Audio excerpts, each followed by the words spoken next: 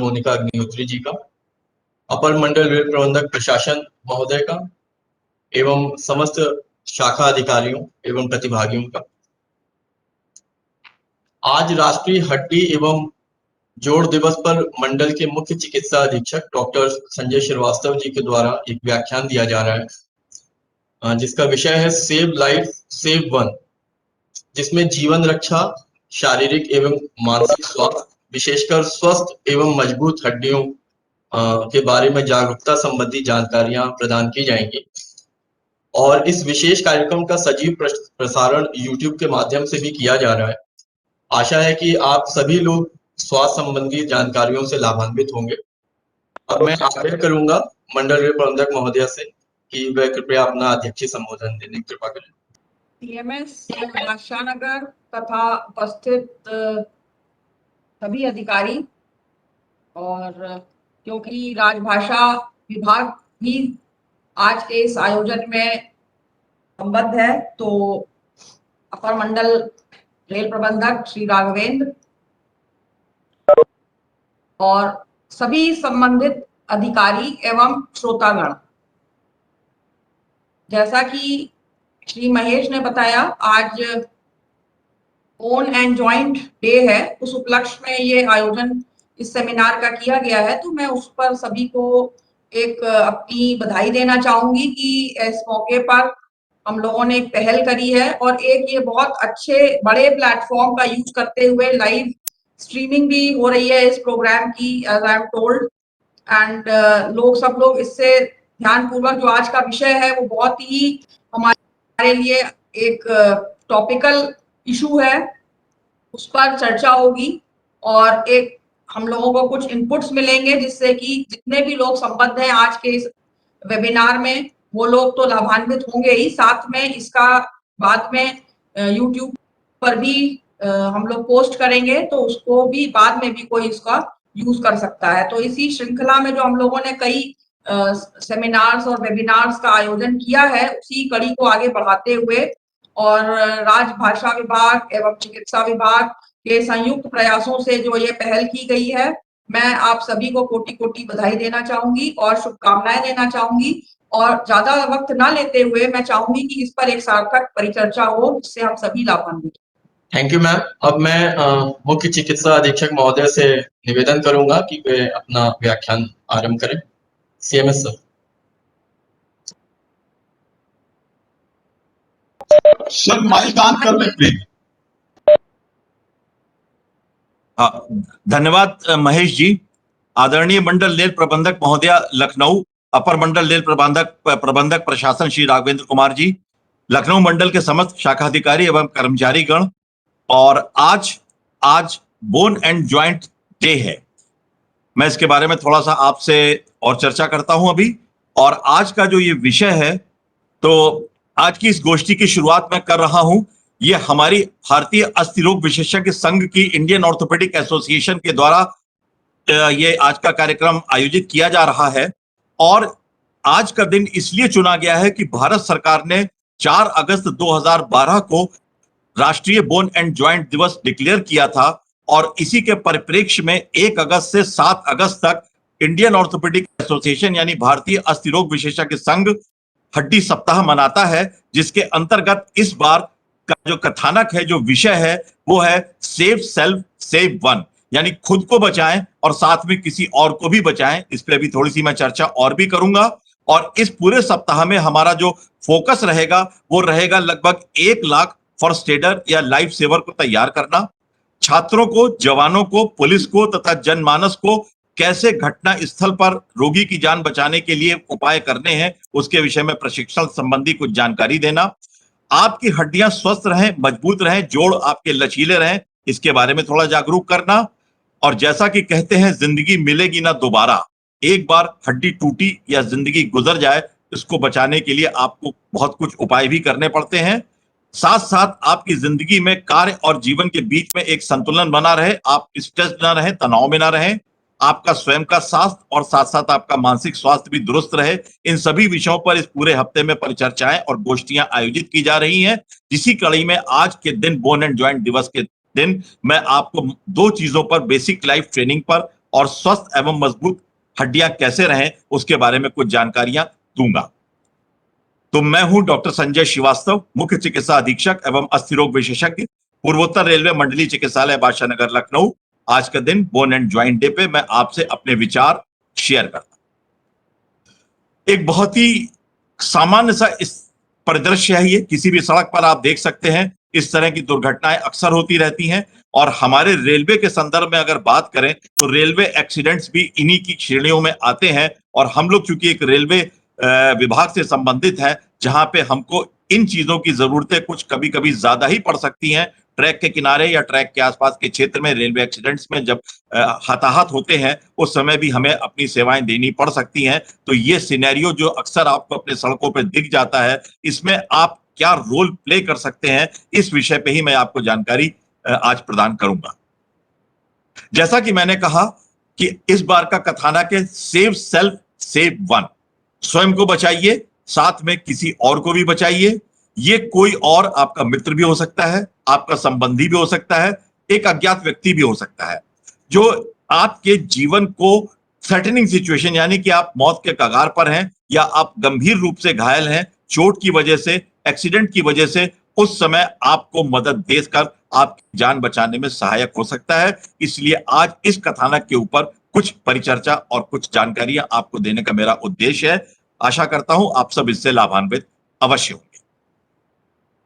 ये कोई चोट लगा हुआ व्यक्ति जो है, ये सड़क पे पड़ा हुआ भी हो सकता है। और रेलवे के संदर्भ में बात करें तो रेलवे एक्सीडेंट के बाद रेलवे ट्रैक पर या आसपास के एरिया में भी मिलेगा, जहां पे हो सकता है तुरंत आपको चिकित्सकीय सुविधाएं ना उपलब्ध हो, लेकिन आप अगर वहां पर कुछ ये बेसिक लाइफ सेविंग मेजर्स जानते हैं तो आप उस व्यक्ति के जीवन को बचाने में बहुत बड़ा रोल प्ले कर सकते हैं। इसलिए आज के इस विषय की यही सबसे बड़ी महत्ता है कि आपको इस विषय में जागरूक करना कि कहीं भी कोई घायल या रोगी पड़ा हुआ है, उसको जब तक कि निश्चित मेडिकल सुविधा मिले तब तक आपके द्वारा किए गए कुछ उपाय उसकी जिंदगी को बचाने में और उसकी जिंदगी को बढ़ाने में सहायक हो सकते हैं। और जैसा कि मैंने आपसे कहा, भारतीय अस्थिरोग विशेषज्ञ संघ की इस पूरे हफ्ते में यह प्रयास है कि पूरे देश में कम से कम 1 लाख जीवन रक्षक लोगों को तैयार कर सके इस ऑनलाइन प्रशिक्षण के द्वारा।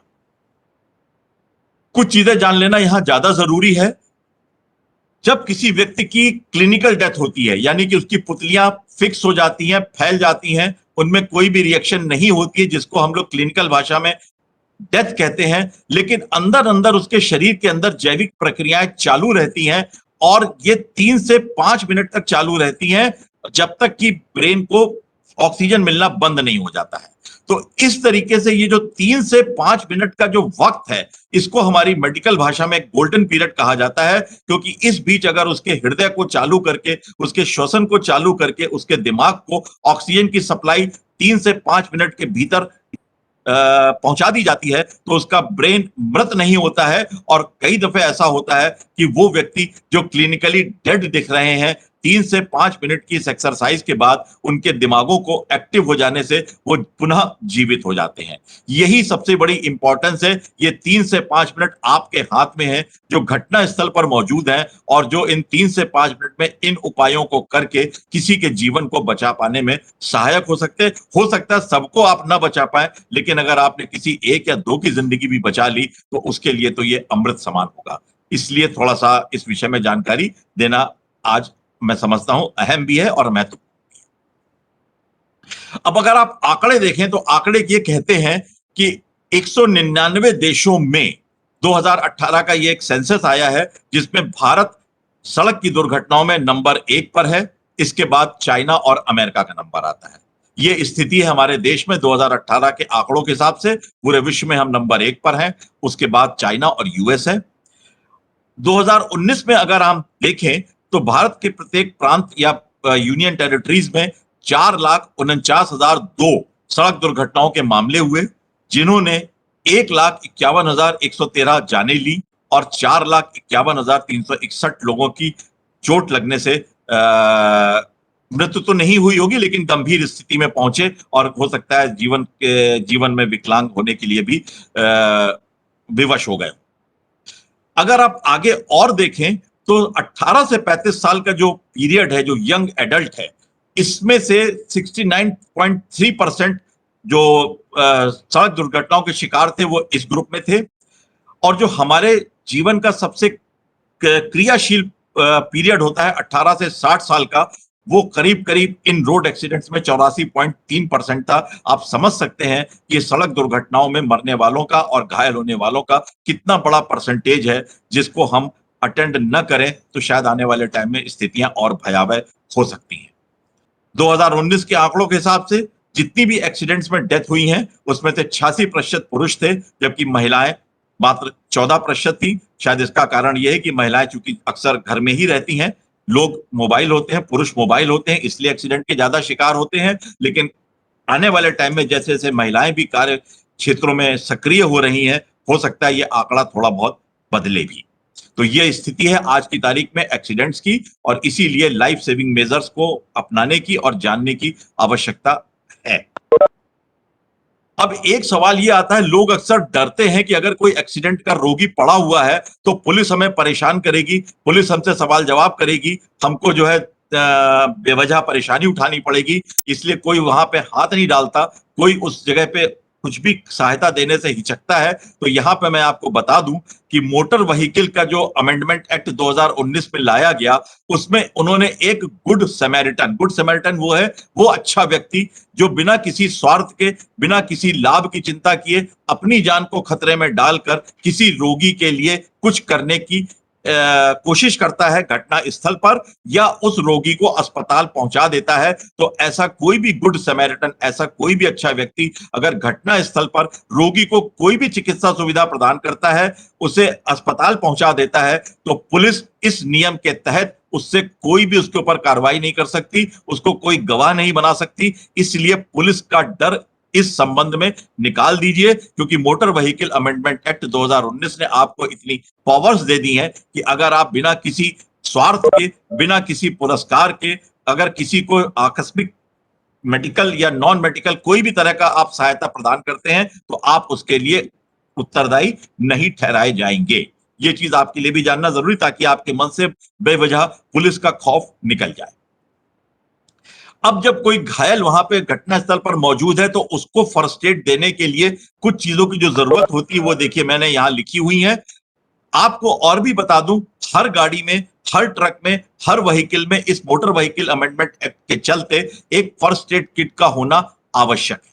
हमारे रेलवे के संदर्भ में बात करें तो आपके गार्ड के पास फर्स्ट एड का बक्सा होता है, कोच अटेंडेंट के पास बक्से होते हैं, हर स्टेशन पे स्टेशन मास्टरों के पास फर्स्ट एड बक्से होते हैं, और इवन गैंग हट्स में फर्स्ट एड बक्से होते हैं। तो अगर कहीं भी कोई ऐसा घायल या रोगी है जिसको आपको प्राथमिक उपचार देना है, तो इन बक्सों में आपको पट्टी मिलेगी, रुई का बंडल मिलेगा, आपको छोटी छोटी बैंडेड की जख्म को ढकने वाली पट्टियां मिल जाएंगी, टेप मिलेगा, बीटाडीन का मलहम मिलेगा उस पर लगाने के लिए, सेवलॉन मिलेगा जख्म को साफ करने के लिए, ग्लव्स भी होंगे जिससे आप अपने आप को बचाव कर सकें एचआईवी या हेपेटाइटिस बी टाइप की संक्रामक रोगों से। एक कपड़ा होगा, सूती कपड़ा, जिससे कि आप उसको साफ कर सकें।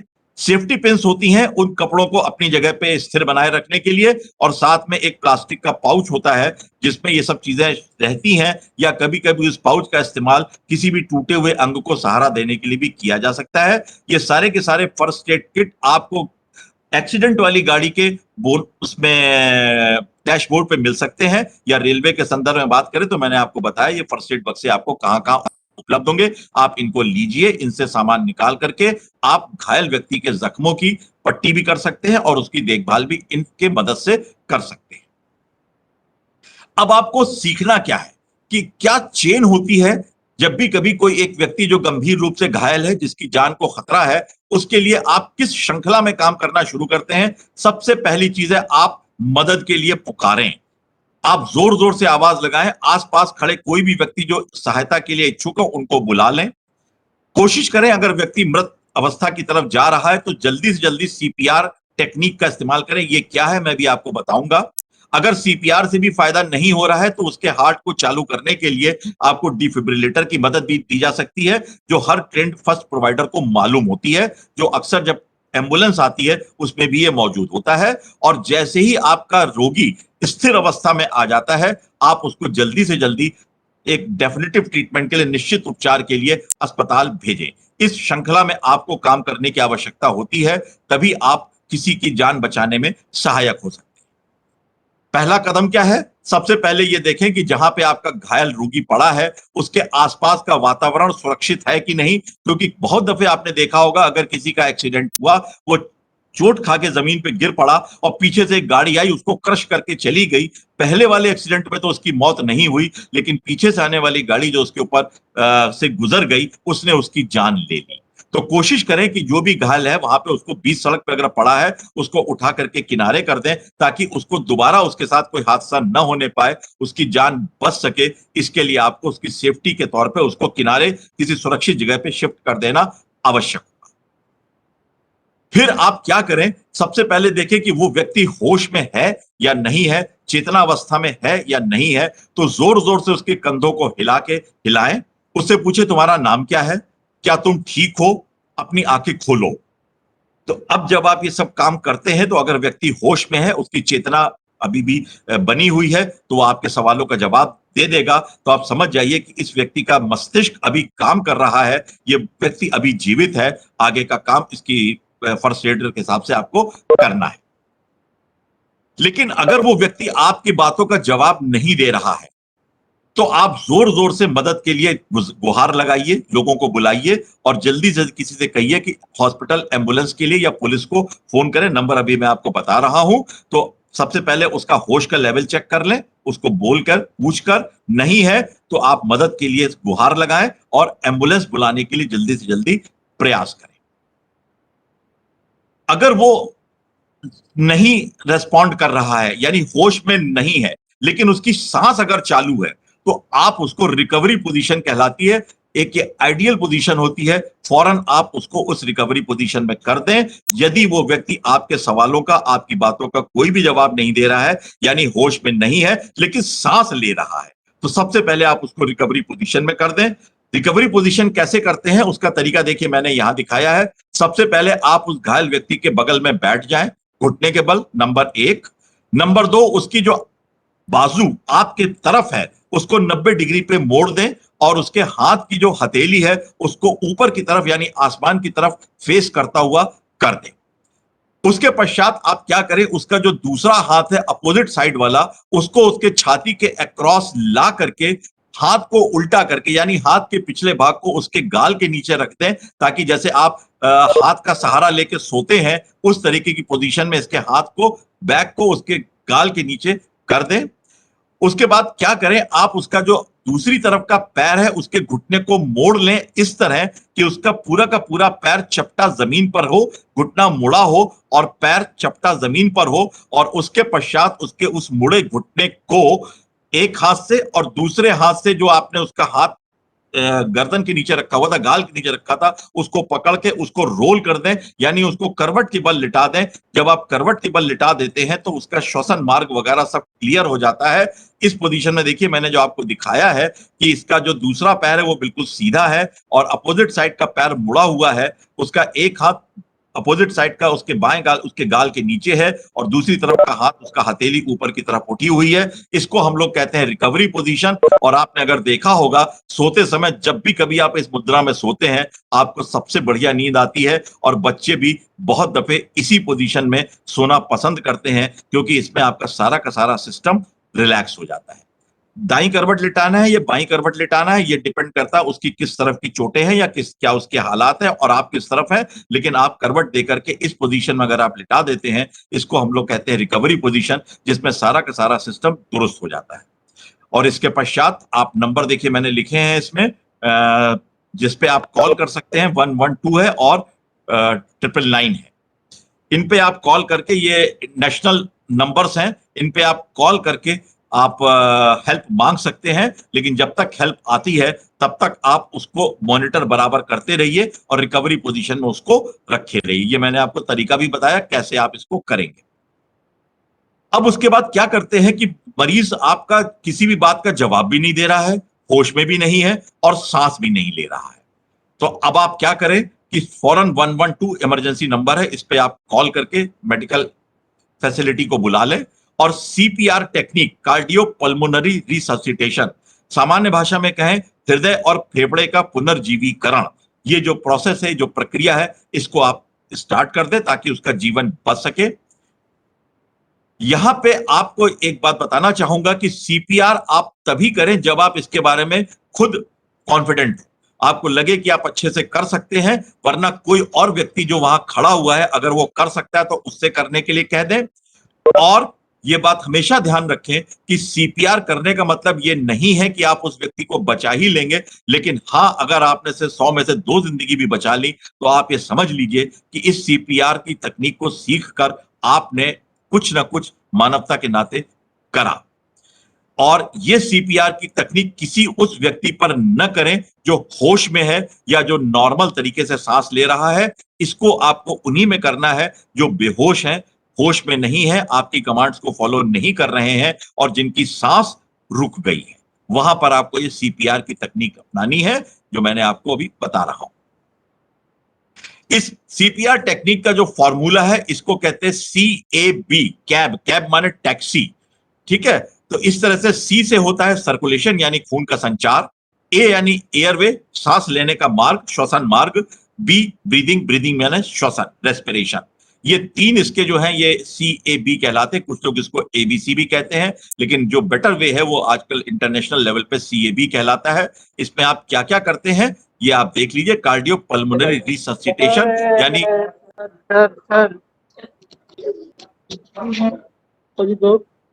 हेलो, तो कार्डियो पल्मोनरी रिससिटेशन का मतलब यह है कि हृदय और फेफड़ों को दोबारा से चालू करना, दोबारा से उनमें जान फूंकना, ताकि व्यक्ति को जीवन हम दे सकने में सक्षम हो सके। अब सर्कुलेशन यानी खून का संचार करने के लिए क्या करते हैं, आपको मालूम होगा कि आपके शरीर में हृदय होता है जो धमनियों के द्वारा सारे शरीर को रक्त पहुंचाता है। तो अगर दिल आपका जो है वो रुक गया है तो खून का संचार रुक जाता है। इसके लिए आप व्यक्ति की नाड़ी को फील करें, अगर नहीं मिल रहा है तो आप व्यक्ति के बगल में घुटनों के बल बैठ जाएं और उसके बाद आप इस तरीके से देखिए, दोनों कोहनियों को अपने बिल्कुल सीधा रखें। आपकी दोनों कोहनियों में झोल ना रहे, मुड़ी ना रहे, बिल्कुल स्ट्रेट रहें और आप इस तरीके से इसके बगल में बैठ जाएं। और बैठने के बाद आप अपने हाथ की जो गदेली है उसको उसके छाती के बिल्कुल बीच में हड्डी के ऊपर रख दें। दूसरा हाथ इस हाथ के ऊपर इस तरह रखें कि आपके दोनों हाथ की उंगलियां आपस में इंटरलॉक्ड रहें, फंसी रहें। और उसके बाद आप उसकी छाती की हड्डी को कस के दबाएं 100 बार 1 मिनट में, और इतने फोर्स से दबाएं, इतने दबाव से दबाएं कि कम से कम उसकी छाती का पिंजड़ा 1 से 1.5 इंच नीचे दबे, क्योंकि तभी वो जाके दिल को छुएगा और जब दिल को छुएगा तब दिल जो है वो दोबारा से चालू होने की स्थिति में आता है। और एक बार दबाएं, फिर ढीला छोड़ दें, दबाएं, ढीला छोड़ दें और फिर उसके बाद नाड़ी को महसूस करें। अगर आपका ये प्रक्रिया सही तरीके से हो रही है और मरीज का भाग्य अच्छा है तो आपके इस करने से उसका खून का संचार दोबारा से चालू हो जाता है और आपको उसकी नाड़ी फील होने लगती है। तो छाती को आपको 100 प्रति मिनट के दर से दबाना है, कम से कम 1-1.5 इंच नीचे दबे और बराबर से आपको दबाव भी देना है और ढीला भी छोड़ना है। और अक्सर जो मेरा अपना अनुभव रहा है, हम लोग ऑपरेशन थिएटर में अक्सर ये सब चीजें देखते हैं। आप अगर अपने इस प्रक्रिया को अच्छे से मन से करते हैं तो 10 में से 2 लोगों की जान बचा पाने में आप हमेशा सफल हो जाते हैं। और सड़क के किनारे भी अगर आप 1-2 लोगों को बचा सके तो मैं समझता हूं कि आपका ये आज जानकारी प्राप्त करना मेरे लिए सफल रहेगा। उसके बाद क्या करते हैं, आप देखते हैं श्वसन का मार्ग, सांस का रास्ता इसका अवरुद्ध तो नहीं है, रुका हुआ तो नहीं है, बाधित तो नहीं है। उसके लिए आप क्या करें, एक हाथ उसकी नाक, उसकी गर्दन के नीचे रखें जैसा कि देखिए मैंने दिखाया है, और थोड़ा सा उसकी गर्दन को उठा लें। दूसरे हाथ से उसके माथे को नीचे की तरफ प्रेस करें। तो जब आप इस तरह से करते हैं तो उसका सांस का रास्ता जो है वो सीधा हो जाता है। अगर उसमें कहीं कुछ घुमाव है या थोड़ा सा बाधा है तो वो जो है हट जाती है और उसका सांस का रास्ता सीधा होकर के श्वास लेने के लिए खुल जाता है। और इसके बाद क्या कर सकते हैं आप कि आप अपना हाथ गर्दन के नीचे से निकाल लें। एक बार जब आपने उसको सीधा कर दिया, उस हाथ को आप उसकी ठुड्डी पे रखें, ठुड्डी से उसको ऊपर की तरफ प्रेस करें और माथे से नीचे की तरफ प्रेस करें। जब आप ऐसा करते हैं तो उसकी जबान जो है वो श्वसन मार्ग से हट जाती है। तो बहुत दफे क्या होता है, बेहोश व्यक्ति में जबान जो है वो पीछे की तरफ जाके तालू से चिपक जाती है, गले से चिपक जाती है, रास्ता रुक जाता है। लेकिन जब आप उसकी ठुड्डी को ऊपर उठा देते हैं, माथे को नीचे झुका देते हैं, तो जबान एक तरफ को टिल्ट हो जाती है और आपके सांस का रास्ता खुल जाता है। तो जब एक बार आपने, जैसे कि हम लोग रेल की भाषा में बात करें, तो अगर कहीं भी डिरेलमेंट होता है तो सबसे पहला काम हम लोग क्या करते हैं, ट्रैक क्लियर करते हैं। तो ट्रैक क्लियर करना यहां भी वैसे ही जरूरी है कि सांस रूपी गाड़ी जिस मार्ग पे चल रही है वो मार्ग आपका खुला रहे। और इसी के लिए सबसे पहले आपको उस मार्ग को खुला रखने के लिए गर्दन को उठा करके और ठुड्डी को ऊपर उठा करके उस रास्ते को चालू करना है, ताकि उसके चलने के बाद आपकी श्वसन रूपी गाड़ी उस पर सुगमता से चल सके। साथ साथ आप ये भी करें कि अगर व्यक्ति सांस नहीं ले पा रहा है फिर भी, तो उसके सर को एक तरफ को थोड़ा सा झुका दें। उससे भी थोड़ा सा जो ऑब्स्ट्रक्शन है, जो बाधाएं वो हट जाती हैं।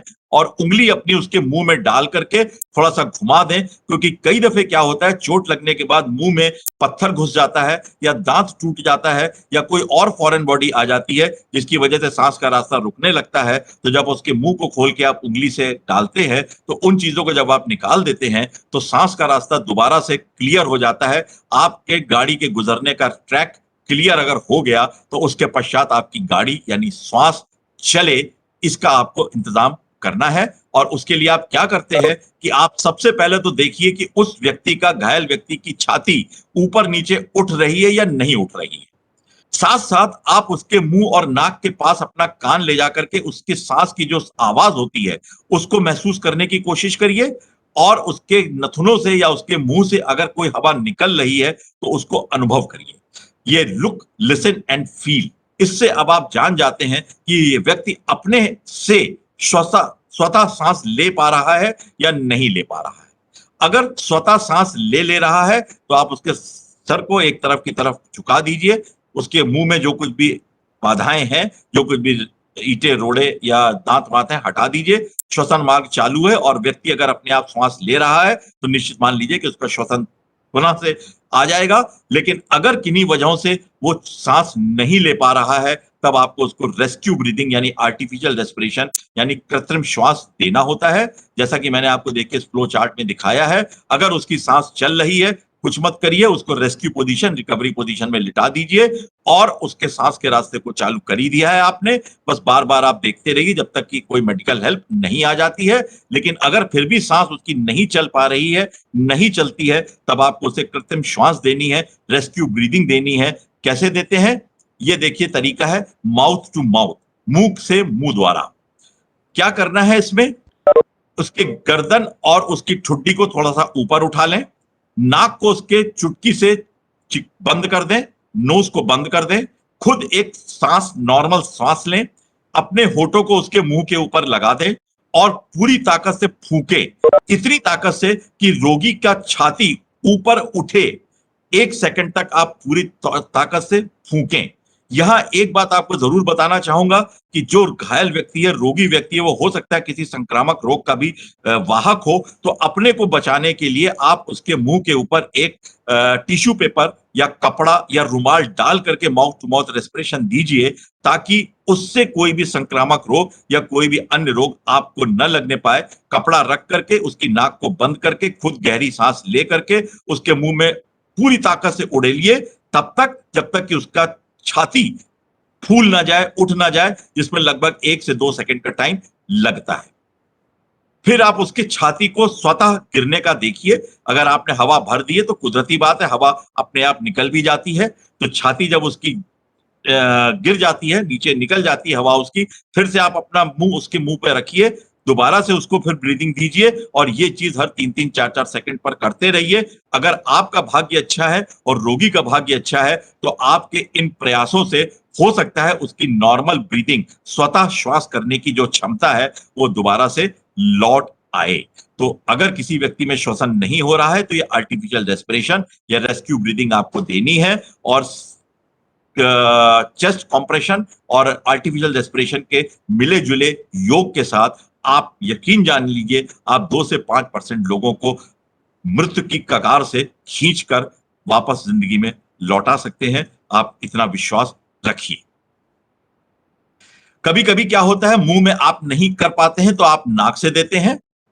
इसमें भी आप नाक और ठुड्डी को ऊपर उठाइए, उसके मुंह को एक हाथ से बंद कर दीजिए, एक नॉर्मल सांस लीजिए, अपने होठों को उसके नाक के ऊपर रखिए और उतनी ताकत से फूकिए कि उसका जो छाती है वो उठे, ऊपर की तरफ उठे, जिसको आप लगभग 1 से 2 सेकंड कर सकते हैं। तो जहां पे आप माउथ टू माउथ, मुंह से मुंह का कृत्रिम श्वास की प्रक्रिया नहीं अपना पा रहे हैं, वहां आप मुंह से नाक में भी दे सकते हैं। और खासकर उन परिस्थितियों में जहां पर रोगी का मुंह खोला नहीं जा सकता या आप उसके मुंह को अच्छे से सील नहीं कर पा रहे हैं, आप जब हवा दे रहे हैं तो वो लीक कर जा रही है, उसके माउथ में, उसके मुंह में इतनी चोटें हैं कि उसमें हवा जा पाने की जगह नहीं है, या उसका पेट फूल गया है, यानी कि उसकी जो सांस की हवा है वो उसके पेट में जा रही है, उसका पेट फूल रहा है। ऐसी परिस्थिति में अगर आप माउथ टू माउथ, मुंह से मुंह का श्वास देते हैं तो और ज्यादा आप उसके पेट को फुलाते हैं। ऐसी परिस्थिति में आप मुंह से नाक को दीजिए, ताकि नाक के जरिए सीधे सीधे आपके द्वारा दी गई प्राण वायु उसके फेफड़ों में पहुंचकर उसे जीवन प्रदान कर सके। आपको रुकना कब है? सीपीआर जो आप ये कर रहे हैं, यानी चेस्ट कॉम्प्रेशन हार्ट के लिए, और आर्टिफिशियल रेस्पिरेशन, कृत्रिम श्वास प्रक्रिया आपके श्वसन के लिए, जैसे ही आपके पास इमरजेंसी मेडिकल हेल्प आ जाती है, आप उनको हैंडओवर कर देते हैं, तब आप रुक सकते हैं। या जब व्यक्ति जीवन के लक्षण दिखाने लगे, उसकी सांस अपने आप चलने लगे, उसकी नाड़ी फिर कुछ कुछ महसूस होने लगे, आप रुक सकते हैं। या जब आप इतना थक गए हो कि आप अब और ज्यादा नहीं कर सकते, तो आप अपने आसपास अगर कोई व्यक्ति इससे परिचित है, आप उसको बुला सकते हैं। हर 2-2 मिनट के पश्चात आप लोग अपनी पोजीशन चेंज कर सकते हैं और दोनों लोग मिल करके सीपीआर की प्रक्रिया को जारी रख सकते हैं। और अगर इसके बाद भी नहीं उसका हार्ट चालू हो पाता है या रेस्पिरेशन नहीं चालू हो पाता है, तब आपके पास जो अगला उपाय है, जो हर फर्स्ट एडर के पास होता है, हर फर्स्ट एड एम्बुलेंस में भी रहता है, केयर एम्बुलेंस में रहता है, उसको कहते हैं डिफिब्रिलेटर।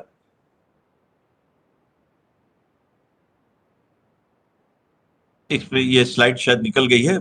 उसमें डिफिब्रिलेटर होता है जिसको एईडी कहते हैं, ऑटोमेटेड एक्सटर्नल डिफिब्रिलेटर, जिसको आप हार्ट पे लगाते हैं, वो खुद आपके हार्ट की रिदम को पकड़ लेता है और कितने वोल्ट का इलेक्ट्रिक शॉक उसे देना है वो स्वतः अपने उसी से दे देता है। और कभी कभी बिजली के इस झटके को देने से व्यक्ति का जो हार्ट रुक गया है वो चालू भी हो जाता है। तो उसको हम लोग कहते हैं ऑटोमेटेड एक्सटर्नल डिफिब्रिलेटर, जो आपका अंतिम प्रयास होता है उसके हृदय को चालू करने के लिए।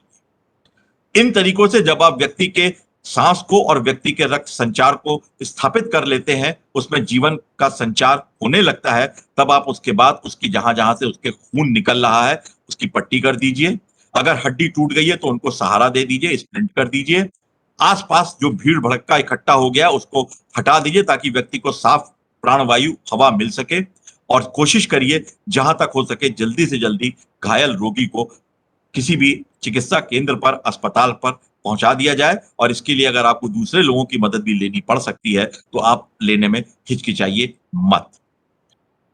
कभी कभी क्या होता है कि जो आपका श्वास का मार्ग है उसमें कोई फॉरेन बॉडी, कोई चीज जाके फंस जाती है, जो अपने आप में एक इमरजेंसी होती है। खासकर एक्सीडेंट्स में पता लगा स्टीयरिंग व्हील का एक टुकड़ा टूट के जाके सांस के रास्ते में फंस गया, कुछ नहीं तो कोई भी और चीज फंस सकती है। तो अगर ऐसे में कोई भी चीज जो आपके श्वसन के मार्ग को रोक रही है, तो उसमें क्या करता है, व्यक्ति को सांस लेने में दिक्कत होने लगती है, जिसे कहते हैं चोकिंग। अगर हल्का है चोकिंग तो आदमी बोल सकता है, खांस सकता है, सांस भी ले सकता है। लेकिन अगर बहुत जबरदस्त चोकिंग है तो ना तो वो बोल पाएगा, ना वो खांस पाएगा और ना वो सांस ही ले पाएगा। तो दोनों परिस्थितियों में आपको उसके इस श्वसन मार्ग की बाधा को, अवरोध को हटाने के लिए क्या करना है ये भी थोड़ा जान लीजिए।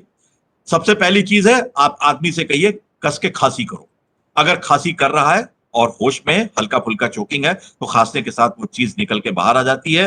वो कभी कभी डेंचर भी हो सकता है, यानी आर्टिफिशियल टीथ भी हो सकते हैं, हड्डी का कोई टुकड़ा भी हो सकता है, कोई कंकड़ भी हो सकता है, कोई कपड़ा भी हो सकता है, खांसने से निकल जाएगा। और अगर नहीं हो पा रहा है तो उसके बाद आप उससे कहिए व्यक्ति से कि वो आगे की तरफ झुक जाए, अपना सर नीचे की तरफ कर ले, छाती के नीचे कर ले, खूब जोर से उसके दोनों कंधों के बीच की जगह को थपथपाइए, ताकि अगर कोई चीज श्वसन मार्ग में अटकी हुई है तो इस आपके प्रयास से आपके इस स्लैपिंग से वो निकल के बाहर आ जाए। अगर फिर भी नहीं हो पा रहा है तो आप क्या करिए, उसके पेट में उसकी टुंडी यानी नाभि के ऊपर एक मुट्ठी बना करके हाथ को रखिए और पेट को कस के दबाइए अंदर की तरफ और ऊपर की तरफ। तो इससे जो है एक प्रेशर बनता है छाती में और उस प्रेशर के जरिए जो भी फॉरेन बॉडी अटकी है वो निकल के बाहर आ जाती है। और इसका दूसरा रास्ता क्या है, उस व्यक्ति से कहिए कि एक कुर्सी का जो बैक होता है उसकी तरफ आगे की तरफ झुक जाए, तो कुर्सी का जो पीछे का बैक पोर्शन होता है वो आपके स्टमक को दबाता है, ऊपर की तरफ धकेलता है और कई दफे इस प्रयास से भी जो चोकिंग का सामान है, जो भी चीज है जो आपके श्वसन मार्ग को अवरुद्ध कर रही है, वो स्वतः बाहर निकल कर आ जाती है। और अगर इससे भी काम नहीं बन रहा है तो आपको खुद से यानी फर्स्ट एडर को यह काम करना पड़ता है। आप व्यक्ति के पीछे खड़े हो जाइए, अपने दोनों हाथों को उसकी नाभि के ऊपर पेट पे रखिए और कस के एक झटके दीजिए ऊपर की तरफ और अंदर की तरफ, ताकि उसके अंदर छाती में प्रेशर बन जाए और जो नेगेटिव प्रेशर बनेगा उस नेगेटिव प्रेशर से वो फॉरेन बॉडी निकलकर बाहर आ सकती है। और यही प्रक्रिया हम लोग अपनाते हैं जब कोई व्यक्ति डूब जाता है, तो उसके फेफड़ों में जो पानी इकट्ठा हो जाता है उसको निकालने के लिए भी हम लोग इसी प्रक्रिया के जरिए हाथ उसके पेट पे रखते हैं, नाभि के ऊपर रखते हैं और कस के उसके पेट को दबाते हैं ऊपर की तरफ और अंदर की तरफ, ताकि फेफड़ों में मौजूद पानी जो इकट्ठा हो गया है वो निकल जाए, उसका सांस का रास्ता खुल जाए और व्यक्ति नॉर्मल तौर पे अपनी सांस लेने में सक्षम हो सके। इस चीज को 3-4 बार करिए और हर बार आपका जो थ्रस्ट है, आपका जो दबाव है वो इतना स्ट्रांग होना चाहिए कि वो जो कोई भी चीज वहां पे ब्लॉक कर रही है उसको वहां से वो अपनी जगह से खिला सके। मतलब मात्र उसको फौरी तौर पे नहीं करना है, दिखाने के लिए नहीं करना है, इलाज के तौर पे करना है। और अगर आप पूरे मन से और पूरी मनोयोग से इस तरीके से करते हैं तो आप निश्चित जान लीजिए 80 to 90% लोगों में ये चोकिंग निकल जाती है। और अगर कहीं 10% लोगों में नहीं निकल पाती है फिर अस्पताल में पहुंच के डॉक्टर लोग ही इसको ब्रोंकोस्कोप के जरिए या किसी और जरिए से इसको करते हैं। लेकिन अगर आप ये प्रोसीजर 3-4 कर सकते हैं जो मैंने आपको दिखाया, एक तो ये दूसरे के द्वारा पेट का, फिर खुद से पेट का और बाकी आगे झुकने वाला, इन तीनों ही तरीकों से फेफड़े के जो श्वसन मार्ग हैं उसमें अगर कोई चीज बाधा डाल रही है, अवरोध उत्पन्न कर रही है तो वो निकल जाती है और व्यक्ति अपनी सांस पुनः से लेने में माहिर या सक्षम हो जाता है। एक और चीज जो अक्सर देखी गई वो देखा गया मछली के कांटे। कभी कभी क्या होता है जब आप मछली खाते हैं तो कोई कांटा जाकर के सांस में फंस जाता है और नहीं निकल पाता है, तो खांसने से या इन प्रोसीजर से, इन प्रक्रियाओं से उसको निकाला जा सकता है। ज्यादा गहरा चला गया है, नहीं निकल पा रहा है तो फिर डॉक्टर ही उसको निकालते हैं अस्पताल में, लेकिन आप इन प्रयासों को एज ए फर्स्ट एडर घटनास्थल पर कर सकते हैं। ये जो मैं आपको अभी बता रहा था ऑटोमेटेड एक्सटर्नल डिफिब्रिलेटर, देखिए ये इक्विपमेंट है जो आजकल हम लोगों ने हर बक्से में दिया हुआ है। जितने भी फर्स्ट एड बक्से स्टेशनों पर रखाए गए हैं सब में यह ऑटोमेटेड एक्सटर्नल डिफिब्रिलेटर है। और यहां मैं आपको एक बात और बता दूं कि पूरे भारतीय रेल में लखनऊ मंडल के ही सारे स्टेशनों पे ये हम लोग अवेलेबल करा पाए हैं। 10 स्टेशन हम लोग के ऐसे हैं जहां पर फर्स्ट एड के बक्से जो रेलवे बोर्ड ने प्रेस्क्राइब किए थे उनमें हमने अभी 4-6 महीने पहले सबको यह ऑटोमेटेड एक्सटर्नल डिफिब्रिलेटर प्रोवाइड कर रखा है। बस करना कुछ नहीं है, आप इसके पैड को उसकी छाती पे हार्ट के ऊपर लगा दीजिए, ये अपने आप डिवाइस एनालाइज कर लेती है कि इसके दिल की धड़कन की दर क्या है और उसी हिसाब से वो एक इलेक्ट्रिकल चार्ज हार्ट को देती है और नॉर्मल हार्ट बीट को लाने में बहुत बहुत मददगार होती है। एक फर्स्ट एडर के तौर पे ये सोने या प्लेटिनम से कम इंपॉर्टेंट चीज नहीं है, जो हमारे मंडल में, लखनऊ मंडल के लगभग 10 स्टेशनों में हर फर्स्ट एड बक्से में हम लोगों ने प्रोवाइड की हुई है। बाकी अभी बहुत जगह नहीं आया है। We are the first in Indian railways who have provided it to all our first aid boxes in railways. तो अब हम आपको थोड़ा सा संक्षेप में या रिकैप कर दें आपको। पहला आपका स्टेप है सेफ्टी, घायल रोगी को सुरक्षित स्थान पर पहुंचा दीजिए। बीच सड़क पे पड़ा है, दोबारा से एक्सीडेंट ना हो जाए, कुछ घटना ना घट जाए, उसके लिए उसको किनारे की तरफ कर दीजिए। पूछिए, देखिए, कमांड करिए कि वो जवाब दे रहा है कि नहीं दे रहा, होश में है कि नहीं है। अगर है उस हिसाब से बढ़िए और सहायता के लिए अवश्य पुकारिए। अगर व्यक्ति सांस ले रहा है तो उसको रिकवरी पोजीशन यानी रेस्क्यू पोजीशन में, जैसा मैंने आपको बताया कि करवट के बल लिटा दें, एक पैर सीधा रखें, दूसरा पैर मोड़ दें और उसके बाद उसकी श्वसन मार्ग सीधा हो जाता है, सांस चालू हो जाती है और उसको बार बार आप देखते रहें जब तक कि कोई मेडिकल हेल्प नहीं आ जाती है। अगर नहीं सांस ले रहा है, इमरजेंसी सर्विसेज को फौरन फोन करें, नंबर मैंने आपको बताए थे। और अगर इनसे नहीं काम बन रहा है तो सीपीआर टेक्निक यानी CAB यानी सर्कुलेशन, एयरवेज और ब्रीदिंग वाले स्टेप को अपनाने से हिचकिए मत। तो इस तरीके से अब आप जब एक किसी घायल व्यक्ति के पास खड़े हैं, आप खुद पजल्ड है, तो आपको क्या करना है? Get help. सबसे पहले सहायता पाने की कोशिश करिए। रोगी को किसी भी प्रकार का कोई ड्रिंक्स या फूड कुछ मत दीजिए, क्योंकि बेहोशी की अवस्था में या घायल अवस्था में हो सकता है वो आपके द्वारा दिया हुआ पेय पदार्थ या आपके द्वारा दिया हुआ खाद्य पदार्थ बजाय उसके खाने की नली में जाने के सांस की नली में चला जाए। तो जो व्यक्ति अब तक सीरियस नहीं था वो आपके इस नासमझी के कृत्य से और परेशान हो सकता है और हो सकता है उसकी जिंदगी भी चली जाए। इसलिए किसी भी घायल व्यक्ति को, किसी भी बेहोश व्यक्ति को आप कभी भी कोई भी खाना या कोई भी पानी वानी देने की कोशिश न करें। उसकी कंडीशन और खराब ना होने पाए इसके लिए समुचित उपाय करें, जैसे कि मैंने आपको भी बताया है। कोशिश करें उसको ढक दें, उसकी बॉडी गर्म रहे। जब बॉडी गर्म रहेगी तो उसके अंदर के शरीर की सभी जैविक प्रक्रियाएं चालू रहेंगी। ठंड में ये सब जैविक प्रक्रियाएं और धीमी पड़ जाती हैं, इसलिए हो सके तो उसको कंबल उड़ा दें या कोई कपड़ा उड़ा दें ताकि उसका शरीर गर्म रहे। और सबसे बड़ी बात है, आप उसको सांत्वना देते रहिए। अगर वो होश में है, आपकी बात को सुन सकता है, समझ सकता है, आप उसको सांत्वना दीजिए। परेशान मत हो, ठीक हो जाओगे, क्योंकि आपके द्वारा सांत्वना के बोले 2 शब्द हो सकता है उसके अंदर जीवन जीने की शक्ति का पुनः संचार कर सके। और वो व्यक्ति जो अपने आप को बिल्कुल ही निराश समझ चुका हो सकता है आपके बोल से, आपके वचनों से वो उसमें पुनः कुछ इच्छा जीवन जीने की जागृत हो सके। कम्युनिकेट वेल, रोगी से बराबर बात करते रहिए, परेशान मत हो। ठीक है, ये मैं इसका इंतजाम कर रहा हूं, मैं बुला रहा हूं, मैं कर रहा हूं। बार बार उससे संवाद कायम रखिए। संवाद कायम रखने का सबसे बड़ा जो और कारण है वो ये है कि उसका होश बरकरार रहता है। वो जो आदमी बेहोशी में स्लिप कर सकता है वो आप उसको रोक लेते हैं। अगर आप उससे बातचीत करते रहते हैं, उसको होश में बनाए रख सकते हैं, तो आप उससे बराबर संवाद स्थापित करिए अगर वो इस परिस्थिति में है तो। और दूसरी बात यह है, उसको पूरी सम्मान के साथ और पूरी प्रतिष्ठा, डिग्निटी के साथ उसको ट्रीट करिए। ये मत समझिए ये तो बेचारा बेचारा लाचारा बेचारा जो कुछ बेसहारा है। आप उसको एक इंसान की तरह पूरे सम्मान के साथ डील करिए। और सबसे बड़ी बात यह है, रिमेन काम। खुद अगर आप अपना कूल खो देते हैं, आप खुद विचलित हो जाते हैं, आप खुद लगते हैं घबरा गए, परेशान हो गए, तो आप दूसरे को तो सांत्वना दे नहीं पाते, खुद ही में आप अपने आप में उलझ जाते हैं। तो कोशिश करिए अपना मेंटल कूल, अपना मेंटल बैलेंस बनाए रखिए और रोगी के लिए जो कुछ भी आप बेस्ट कर सकते हैं उसमें करने में जरा भी संकोच न करिए। क्योंकि हो सकता है आज जो आपके सामने रोगी पड़ा है वो कल उसकी जगह आप हो। और अगर आप हैं और आप अगर किसी की सहायता के लिए नहीं रुके हैं तो ये निश्चित जान लीजिए कि आपके लिए भी कल को कोई नहीं रुकेगा। क्योंकि जैसा जीवन का सिद्धांत है, आपके कर्म लौट लौट के आते हैं। आज आप किसी के लिए अगर खड़े हैं, आज आप किसी के लिए रुके हैं, तो कल को अगर आप उस अवस्था में खुद पहुंचते हैं तो कहीं ना कहीं कोई ना कोई आपके लिए भी खड़ा होगा, आपके लिए रुकेगा। ये बात आप इसको निश्चित विधान मान के चलें और कभी भी अपनी जो भी थोड़ी बहुत सहायता दे सकते हैं देने में संकोच मत करिए। ये मेरा आपको आज एक मुख्य संदेश है आज इस बोन एंड जॉइंट डे के दिवस पर। कुछ चीजें आपकी हड्डियों को स्वस्थ रखने के लिए, मजबूत रखने के लिए जो जरूरी है, बस उनके बारे में थोड़ी सी चर्चा करना चाहूंगा। सबसे पहली बात, जीवन में व्यायाम करने की आदत डालिए। अगर आप जिम्नास्टिक्स कर सकते हैं, जैसे ये मैंने फोटोज दिखाई हैं, बहुत अच्छी बात है। कुछ नहीं कर सकते हैं, पैदल चलने की आदत डालिए, लेकिन अपने आप को सक्रिय रखिए। जब आप सक्रिय रहते हैं तो आपके सारे जोड़ सक्रिय रहते हैं, आपकी सारी हड्डियां मजबूत रहती हैं।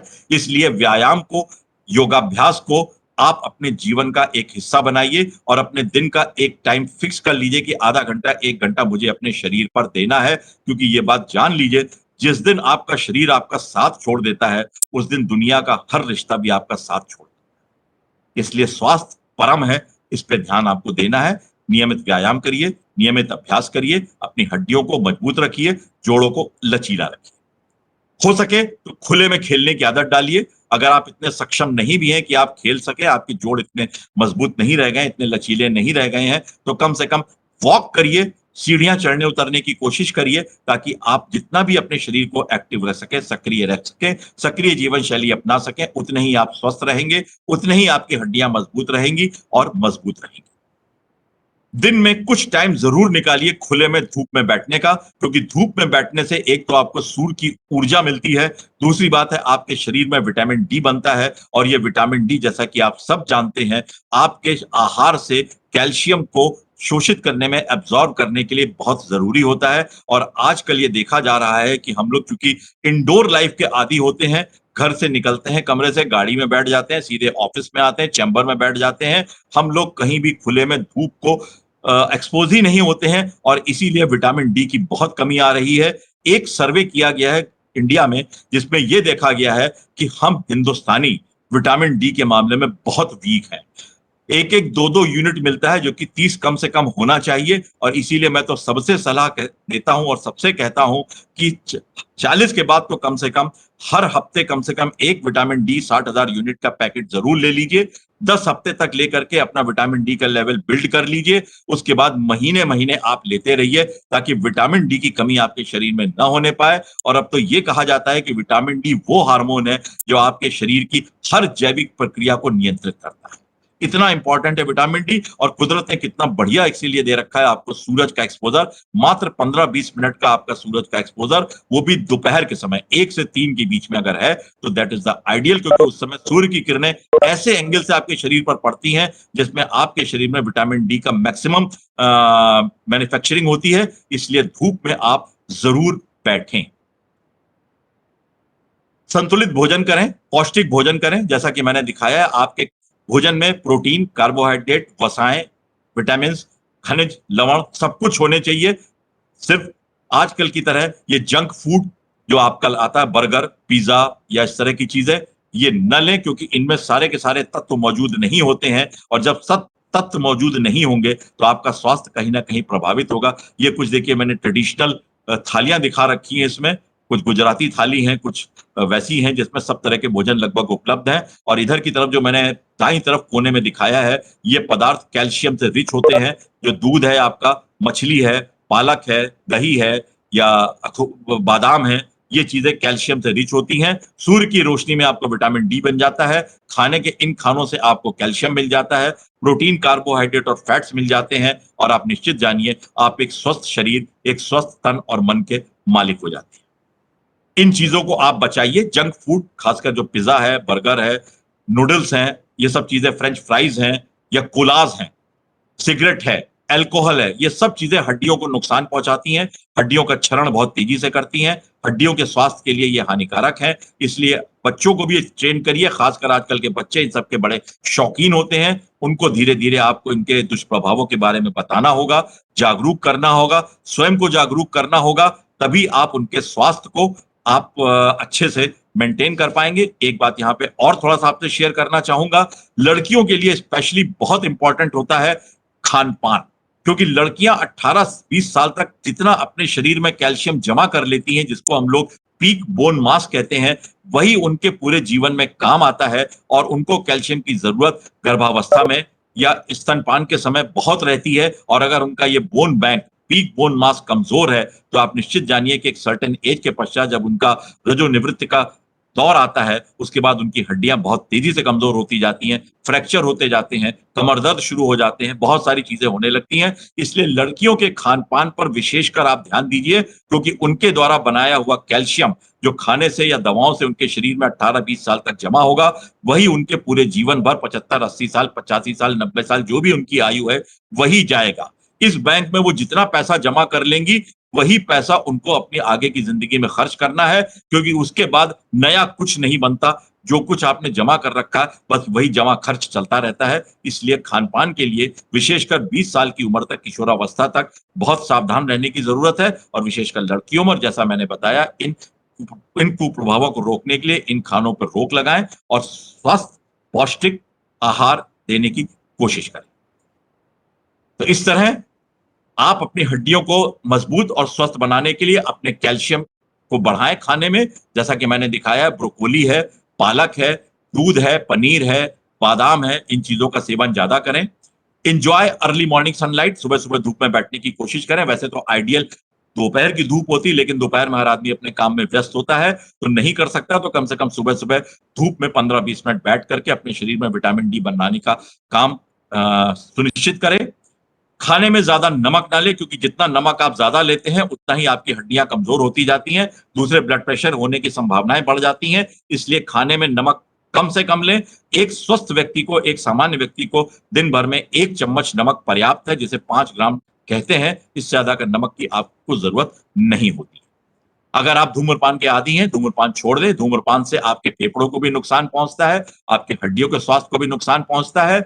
सोडा न लें, क्योंकि सोडा जो है वो हड्डियों में जाकर के कैल्शियम को खींच लाता है, हड्डियां कमजोर हो जाती हैं। इसलिए कोका कोला या सोडा टाइप की चीजें, जो पेय पदार्थ हैं, इनको आप प्रयोग करने से बचें, आपकी हड्डियां स्वस्थ रहेंगी। और कॉफी के साथ भी यही बात है। कॉफी के अंदर जो कैफीन होता है, ये भी हड्डियों से कैल्शियम को निकालता है। हड्डियों में कैल्शियम की कमी होने से हड्डियां कमजोर हो जाती हैं, और आपकी हड्डियां अगर कमजोर हो गई तो देर सवेर आपको हड्डियां टूटने की बीमारी हो सकती है, आपको और अन्य बीमारी हो सकती है। इसलिए शुरू से ही एक स्वस्थ जीवन शैली, एक पौष्टिक आहार लेने की आदत डाल लीजिए, और जो कुछ पदार्थ या कुछ व्यसन आपके हड्डियों और जोड़ों को नुकसान पहुंचा सकते हैं, उनको अपनी जिंदगी से दूर करने की कोशिश करें। मैं समझता हूं कि अगर ये कुछ उपाय आप अपनाते हैं तो आप निश्चित रूप से एक लंबी आयु तक अपने एक स्वस्थ शरीर के साथ जीवन यापन कर सकते हैं। और मैं आज बोन एंड ज्वाइंट दिवस, हड्डी और जोड़ दिवस के अवसर पर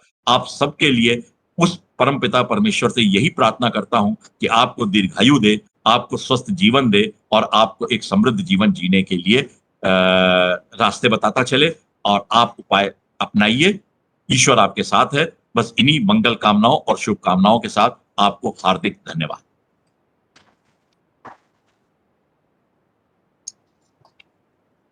thank you so much sir, आपने इतनी महत्वपूर्ण जानकारियां हम लोग के साथ साझा की, और मुझे पूरा विश्वास है कि हम सभी लोग इन जानकारियों का अधिक से अधिक लाभ उठा सकेंगे। Thank you once again sir. अब मैं अपर मंडल ऋण प्रबंधक प्रशासन महोदय श्री राघवेंद्र कुमार जी से निवेदन करूंगा कि वे धन्यवाद ज्ञापन देने के लिए सर। आदरणीय मंडल ऋण प्रबंधक महोदया जी, सीएमएस साहब, और हमारे पीआरओ साहब, और सभी सीनियर डॉक्टर्स और अधिकारी हमारे डिवीजन के। डॉक्टर साहब ने एक जो व्याख्यान आज दिया है, ये बहुत ही सरल भाषा में दिया गया व्याख्यान है, जो कि हम सबसे रिलेटेड है। ये कोई डॉक्टरों की जरूरत नहीं है। हर डॉक्टर साहब ने बताया कि कल आपके साथ, दूसरे के साथ जो अगर आप करेंगे तो वही आपके साथ भी हो सकता है।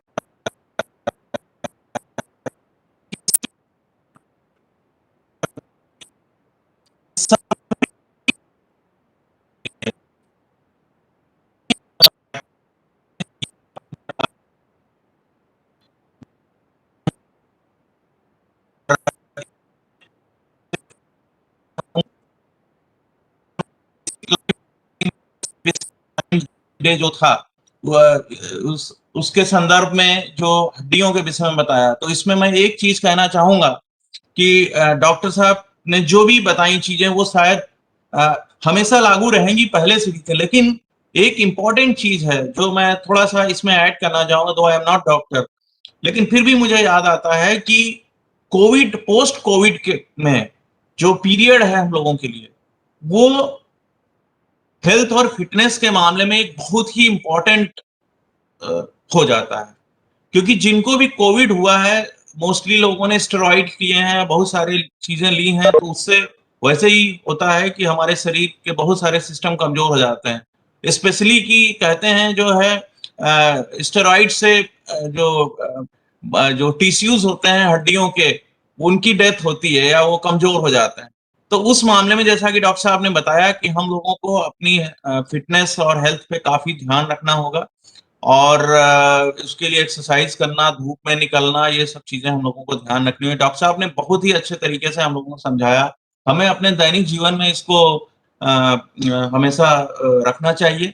मैं मंडल प्रबंधक महोदया जी और सभी जितने भी अधिकारी हैं, कर्मचारी हैं, मैं आप सभी लोगों को बहुत बहुत धन्यवाद देता हूं कि आपने अपने निजी समय से या व्यस्त समय से निकालकर कुछ समय इसके लिए दिया। और राजभाषा विभाग भी आप सभी लोगों को बहुत बहुत धन्यवाद देता है कि इस तरीके की संगोष्ठियां, स्पेशली मैं बहुत सारे अधिकारियों को बोलता रहता हूं, लेकिन डॉक्टर साहब हमेशा अपना कोई ना कोई जो देते हैं, और जो बहुत ही महत्वपूर्ण हम लोगों के सबसे करीब विषय होते हैं, हम लोगों को पता भी नहीं चलता है, उन पे व्याख्यान देते हैं। तो वंस अगेन मैं डॉक्टर साहब को और मेडिकल टीम को, समस्त मंडल को और मंडल प्रबंधक महोदया को बहुत बहुत धन्यवाद देता हूँ। Thank you.